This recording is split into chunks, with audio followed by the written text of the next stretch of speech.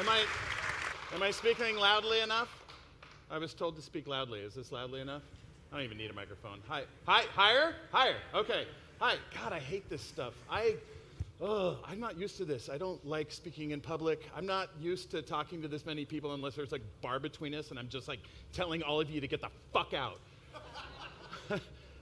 That's great. If you would laugh more during this, I would really appreciate it. I was on national TV like last year, and it was less nerve-wracking than getting up in front of a bunch of my peers and speaking. So this is, I really appreciate you being patient with me.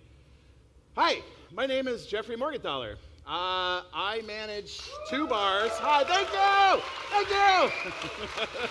I'm so nervous. Thank you. I manage 2 bars in Portland, Oregon, which is like really fucking far from here. One is Clyde Common. It's the bar in a restaurant. It's a big, busy restaurant. The other one is Pepe La Moco. It's a very quiet little cocktail bar. I've written 2 books, the bar book, Elements of Cocktail Technique, and Drinking Distilled, which just came out a little while ago. I was a writer for Playboy magazine for like 6 years. I've done this, this is like maybe my 4th or 5th time speaking in public. I do a bunch of stuff. That's what like I think a lot of people here know me for. What my like friends and my family and my coworkers know me for is this. They know me for this. This guy, not really the guy like screaming at customers, but the guy who has been behind the bar. I have been behind the bar full time without a break for, get the fuck away from that, for 23 years. I started tending bar in 1996. Those are 2 pictures of me in 96, tending bar at a beer bar. This is really what my friends know me for, and this is probably why I'm up here, because I'm one of the few people left that actually still tends bar every single night of the week, or not every single night of the week. I would be dead if I did it every single night of the week. I have seen a lot of stuff come and go over the years. I picked a bunch of like really embarrassing photos of myself for you, so you could like have a good laugh over the years tending bar. Particularly this one where I had like that little soul patch thing. I know. I've seen a lot of things over the course of the last 23 years. I've seen a lot of trends. When I started working in bars were not very like nice. I mean, I'm in London, and like bars in London were nice back in 1996. But like the rest of the world didn't really have like nice bars. Bars were a place where like you just kind of like went to get drunk and maybe like pick up on someone and lather, rinse, repeat, right? That's what a bar was. And then like, at least for us in the States, like there was the whole like craft brew thing, and so people came into the bars looking for like fancy beer, you know, and then there was like the whole kind of like martini craze. I was there for that when everybody was like ordering martinis. We had those like giant fucking martini glasses. And then the cocktail kind of happened, and that's been the thing for the past at least like 10, 15 years. And then there's this like sort of new thing that's happening where the people are coming in not necessarily for the drink, but for the bartender, right? Like people come in for the bartender. They come to see you because you are an artist and you create a special thing. And it's a very weird switch where people came into a bar to see each other, and you were essentially the person that just got them the drinks very quickly, and now you're the focus, which for me, obviously, I don't really like being the focus of attention. When I told a lot of my friends from the kind of previous generation of bartenders that I was going to be coming here today, and that Monica wanted me to talk about, you know, sort of the things that I've seen over the past, you know, almost quarter century, every one of them said, you gotta fucking talk about internet bartenders, stuff like all the stuff that like Lisa was talking about, the search for awards, the Instagram accounts, the influencers, the bartenders that want to be famous on Facebook and Instagram and all that kind of stuff. And it's true. I mean, I kind of like couldn't really get, I kind of like can't get up here and like lambast that shit, because Jörg Meyer was reminding me a few hours ago, 10 years ago this year, I got up in front of a group of people at the very second BCB ever, and I talked about how to reach a wider audience around the world through the internet, right? But that was all kind of like focused on how to contribute and what channels to get your contributions through.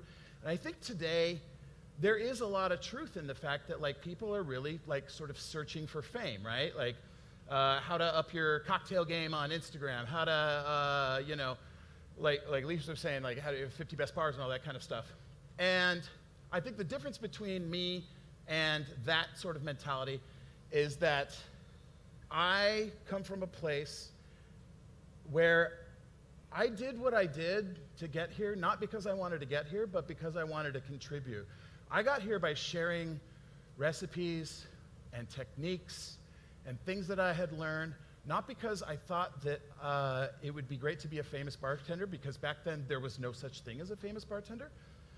I did what I did because I love what I do, and I love sharing with bartenders. I love bartenders. I love giving back and telling people like, I just learned this crazy thing about ginger beer. Here it is for free. Like,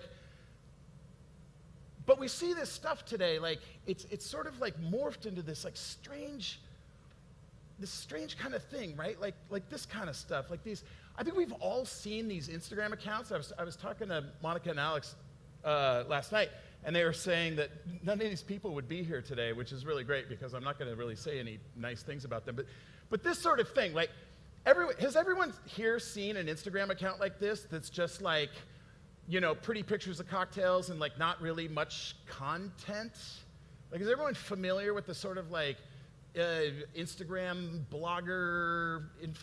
Yeah, you know, yeah. This one in particular, Thomas Brody. You know, it's like a lot of really sexy pictures of cocktails, and nothing that like really like reaches out and touches our industry. Oops, I have the same problem as everybody else. Where do I point this thing? Do I point it in my mouth? Oh, this kind of stuff. They say that bitters are the backbone of a cocktail, really loving the spice in these Angostura bitters. What are some of your favorites? Does anybody in here think that that kind of shit pushes the conversation forward, teaches anyone anything? Has everyone seen accounts like this? Does anybody else think that like something like really loving the spice in these bitters is just like fucking worthless? Does anybody say fucking horse shit like, they say that bitters are the backbone of the cocktail? What the fuck does that mean? Bitters are the backbone of the cocktail? Like, maybe it's nothing. It's fucking horse shit, right? But this account has like fucking 8,000 followers and whatever, and this account is already getting reached out by PR companies and by brands to collaborate. And the reason I know this is because I made this Instagram account in my living room. I got like a $50 like Visa gift card, and I just typed in how to buy Instagram followers, and I bought 7,500 Instagram followers on Instagram with my little Visa gift card. And then I've been teaching myself photography for the past year, and I set up a little studio in my house, and I've been taking these pictures and posting these like horse shit. And I have no doubt that if like I had stuck with this secretly for the past like year, I could be getting invited on like crazy fucking trips, you know, crazy experiences, crazy whatever for an Instagram account that doesn't fucking mean anything.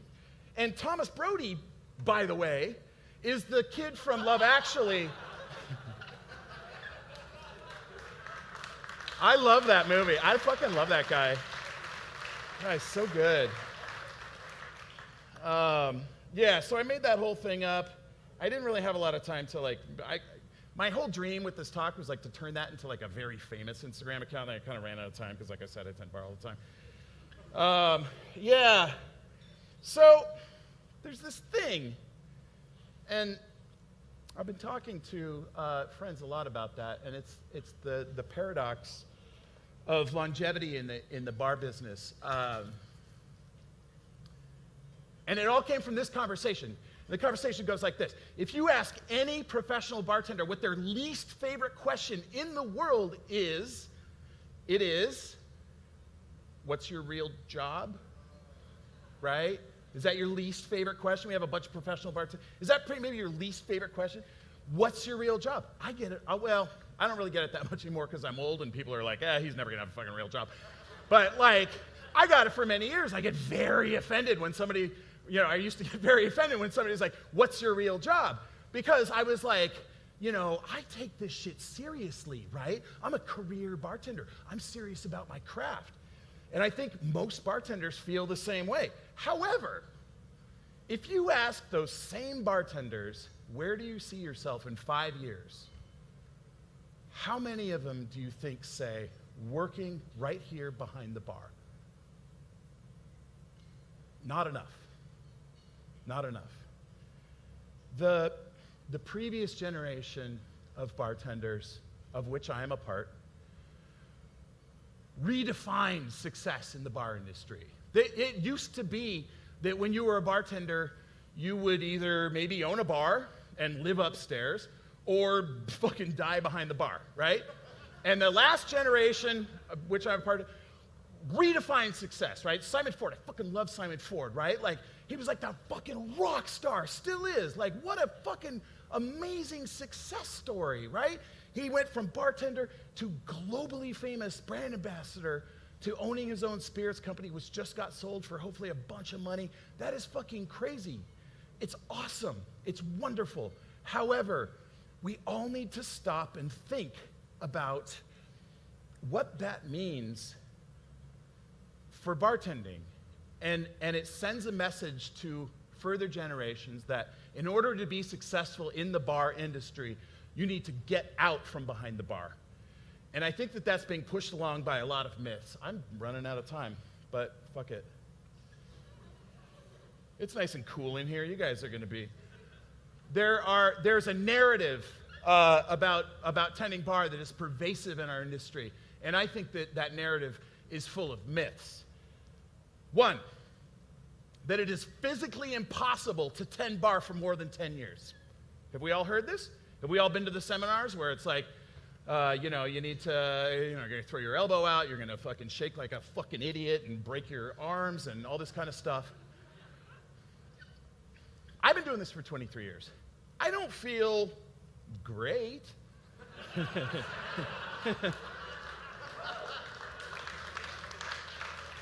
But I'm not fucking dying, right? Like, I just watched this thing on TV last night about Tony Hawk. The guy's been skateboarding for like 50 fucking years, right? He's still skateboarding.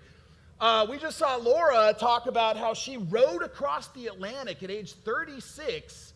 I think that you can shake a daiquiri a couple times a night and stand on your feet for more than 5, 10 fucking years. Am I right?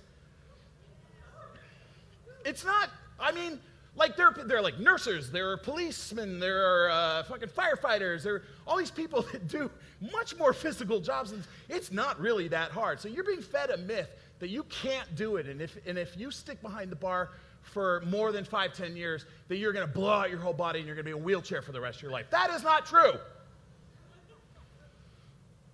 Another myth is that you can't have meaningful, loving, wonderful relationships if you're a bartender, and that is absolute bullshit. I lead a team of 9 bartenders between the 2 bars. 2 of them are married. 1 of them is engaged. I am going to marry the love of my life. I know. Hi, babe. She's watching. Everybody is in a long-term, healthy, wonderful relationship. Well, except for 2 of them, but that's 7 out of 9. Yeah, that's their choice. It's not impossible. It's not impossible. If your whole idea of I can't have a meaningful relationship because of my job, it's like predicated on it's just like you don't have to do cocaine every night and fucking cheat on your girlfriend. Like it's not like you don't. You can have a meaningful relationship. I've got a fucking bar full of them. Number 3, this one, that you have to be the best bartender in the world every single night, every time you step behind the bar, or just get the fuck out, right? Here's a bunch of the best bartenders in the world, and one guy who's okay. I have bad nights. I have really good nights. I have nights when I go home and I think, like, I did a really good job tonight. I have nights when I go home and I think, I did a really fucking horrible job tonight. I have nights when I go home and I think, I love my job. I'm so full. I'm like going to sleep just so full of joy because I love my night, because my job, because of everything that happened tonight. I go home and I think to myself, I fucking hate my job. And that's okay, because it's a job. And you're allowed to love it and hate it sometimes.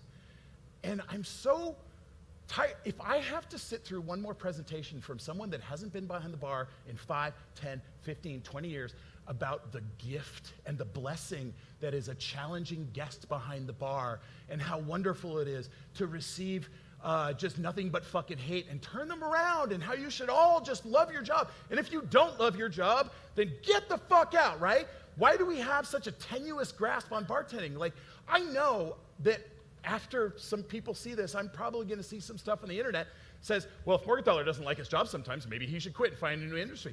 What the fuck is that? Are you kidding me? You would never say that to like a school teacher who's like, yeah, the kids were brats. Well, like, why don't you fucking quit teaching? Like, you wouldn't do that. We have such a tenuous grasp on bartending, and it's like, you know, we're so quick to tell each other or to tell other bartenders, you should just get the fuck out. Oh, I get so worked up. I'm sorry. Here's another myth. Another myth is that, like, you can't do all that stuff, right? You can't write books, and you can't be on TV, and you can't give presentations, and you can't do all this shit if you're behind the bar. You need to get out so that you can get out there and get your name out. And that is fucking horse shit. And I'm telling you this because I've done all that stuff. I've written the books, I've written the articles, I've been on the TV, I've been up here on stage.